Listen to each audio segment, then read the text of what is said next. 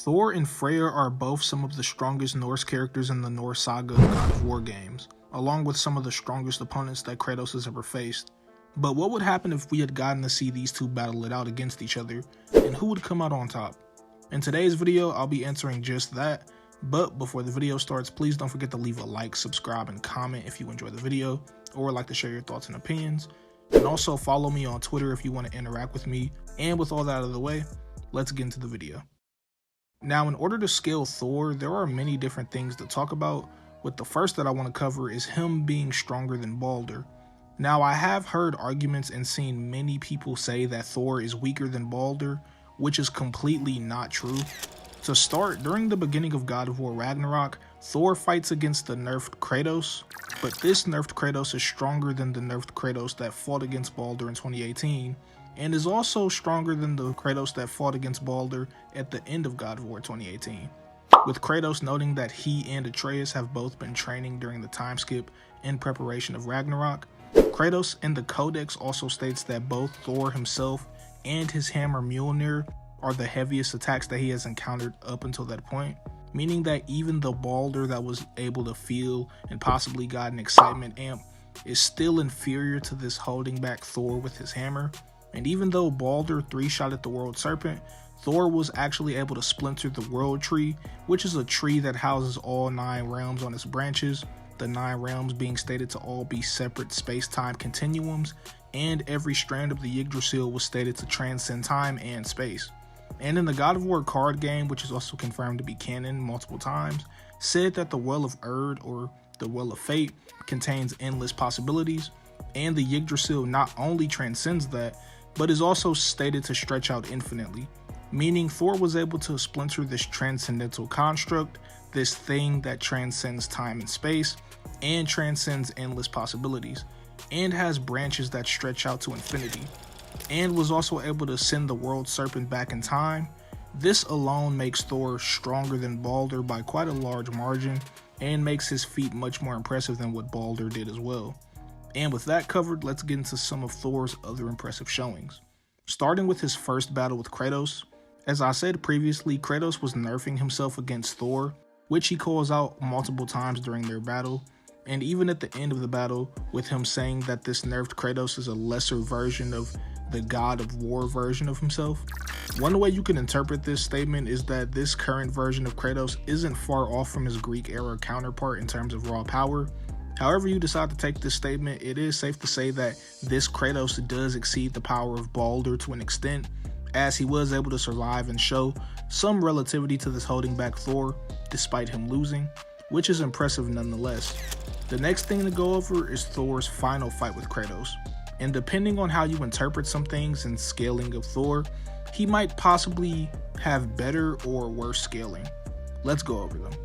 Now, during Kratos and Thor's final battle at the Lodge during Ragnarok, Thor is under the impression that Kratos was trying to harm his daughter Thrud, and is completely bloodlusted and trying to absolutely kill Kratos, as confirmed by Odin after the battle. Now, Kratos isn't necessarily trying to kill Thor because he doesn't want more blood on his hands, and he's trying to get Thor to understand reason and see that they have to be better than just senseless killing machines. You could argue that Kratos was either again holding back against Thor in their last fight, or you can argue that he was actually going all out without trying to kill him, and there is valid reasoning for both.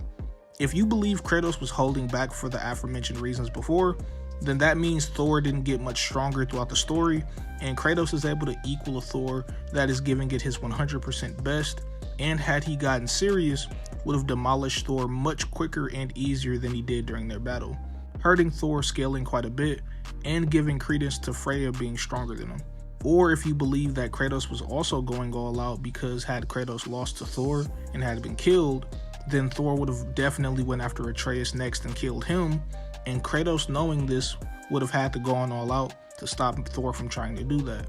This would mean that both Thor and Kratos were at their best, and although Thor lost, it was a tough battle and shows that Thor and Kratos were relative to each other, and makes Thor versus Freya much less clear-cut and up in the air for discussion. Again, you all can decide on whether or not Kratos was giving it his all or not, and depending on the answer, this does impact Thor's scaling a bit. And the last thing I want to talk about is Thor and Freya getting into a scuffle from Mimir, or not so much a scuffle, but just some short little encounter with each other. And that pretty much covers all the relevant stuff with Thor. And with him out of the way, let's get into Freya Scaling and see if she has what it takes to beat Thor. So when it comes to Freya, she is actually really powerful, like super powerful. She was stated to be equal in every capacity to a nerfed Kratos during God of War Ragnarok. This was stated by the developers in the God of War Ragnarok art book, and this was also stated in a PlayStation blog site by the developers again. Kratos also thinks extremely highly of Freya, not wanting to battle her again when she asks for a rematch. Mimir, someone who is said to be the most knowledgeable man in the Norse saga, also says that Freya is Odin's most deadliest enemy, further solidifying how strong she is. And Kratos in the Codex flat out says that he couldn't think of a more formidable ally than Freya, which is a crazy statement if you think about it. This would mean that people like Thor or Baldur and many other adversaries that Kratos has faced in the past aren't really as powerful or as much of a powerful asset than Freya. And she was able to battle against, damage, and kill Nidhogg, which is a being that not only transcends time and space, but also protects and can even eat the roots of the Yggdrasil, which, as I said earlier, also transcends time and space.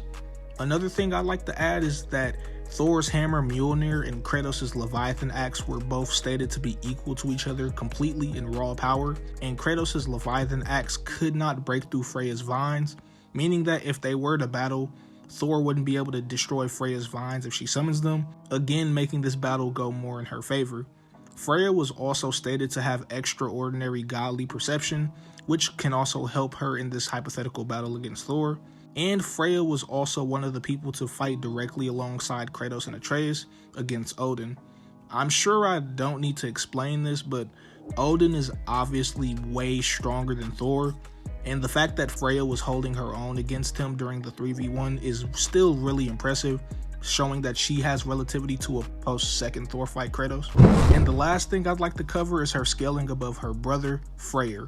This is important because Freyr was able to hold back and temporarily stop Ragnarok from completely destroying Asgard twice. Ragnarok's attack was said to have shaken the world tree down to its very roots, and because Freya is stronger than her brother, this means that she could also perform this feat and even do it more efficiently because of her said strength. And with everything laid out, who would win if Thor and Freya were to actually fight during God of War Ragnarok?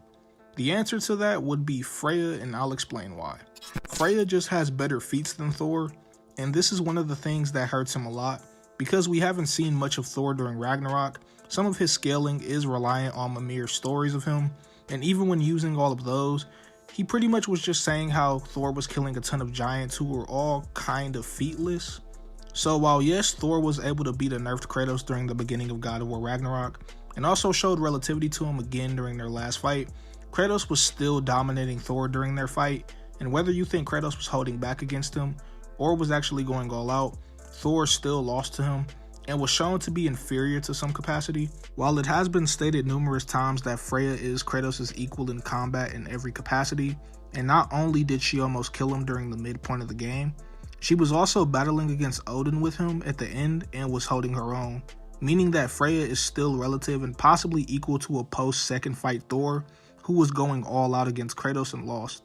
And Freya's vines couldn't be destroyed by Kratos' axe, which was stated and shown to be equal to Mjolnir in raw power, and she scales above someone who was able to stop an attack that is able to shake a transcendental construct down to its very roots. All in all, Freya beats Thor pretty confidently, and it really isn't close, and I hope I was able to help prove that to be true and provide some good evidence. Please don't forget to leave a like, subscribe, and comment on the video if you enjoyed, or would like to share your thoughts and opinions with me. And hey, if you want to see some other God of War videos I've made, I've gone over who was actually stronger between Kratos and Thor during God of War Ragnarok, or you could also check out my Ajimu Najimi versus Kratos video, or even me ranking the Norse gods from weakest to strongest. Thank you all for watching my video, and I'll see you all in the next one. Take care.